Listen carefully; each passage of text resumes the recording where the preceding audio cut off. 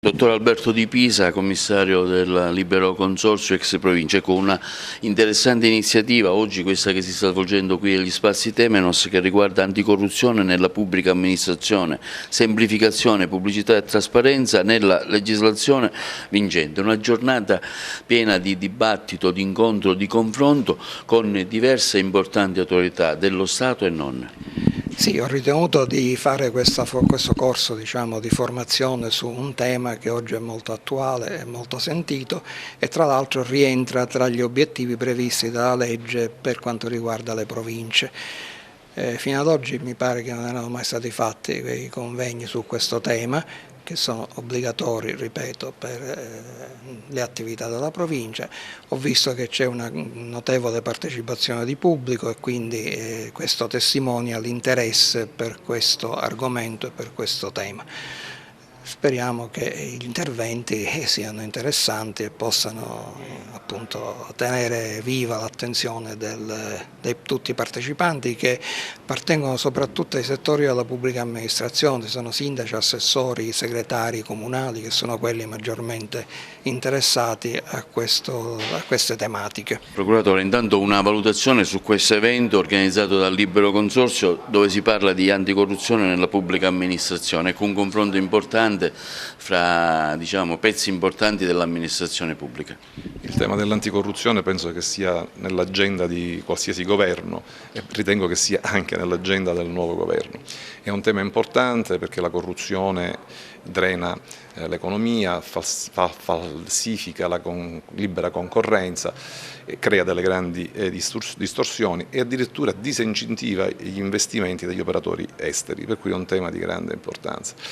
È importante che lo si affronti su 3 direttrici, quello della prevenzione innanzitutto, quella della programmazione e poi infine quella che è propriamente il mio terreno d'azione, quello della repressione.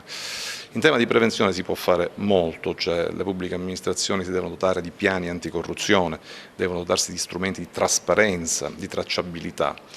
E così anche quando si fa una programmazione di azione amministrativa sana.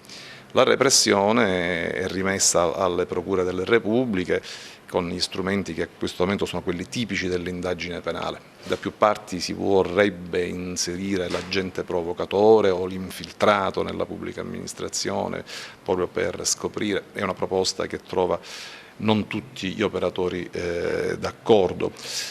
Altra proposta che viene fatta per combattere la corruzione in sede penale è quella di prevedere la non punibilità per il privato che collabora con la giustizia. Anche questa però è una di quelle cose che vengono non da tutti accettate.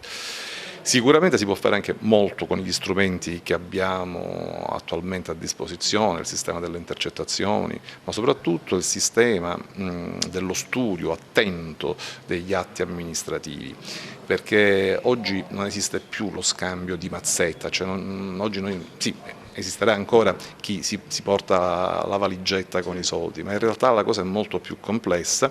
Oggi noi siamo di fronte a soggetti che sono ben organizzati, strutturati, con dei tecnici che predispongono atti amministrativi, predispongono bandi di gara, addirittura progetti di legge su cui si inseriscono dei soggetti che già conoscono i benefici a cui andranno incontro, che sanno sfruttare questi atti amministrativi, e il ritorno non è dato proprio dalla mazzetta, ma è dato dall'inserimento in un sistema di potere e di scambio economico, cioè dire vengono creati posti di lavoro che vengono spartiti, vengono create società su cui il pubblico amministratore ha degli interessi e così via.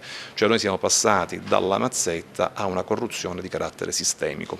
Quindi un sistema complesso, insomma, in cambio non più soldi ma tutta una catena di cortesie, di favori, di assunzioni, insomma tante cose. Ecco, in questo campo ad Agrigento che focus si può fare alla luce della sua attività finora svolta da lei?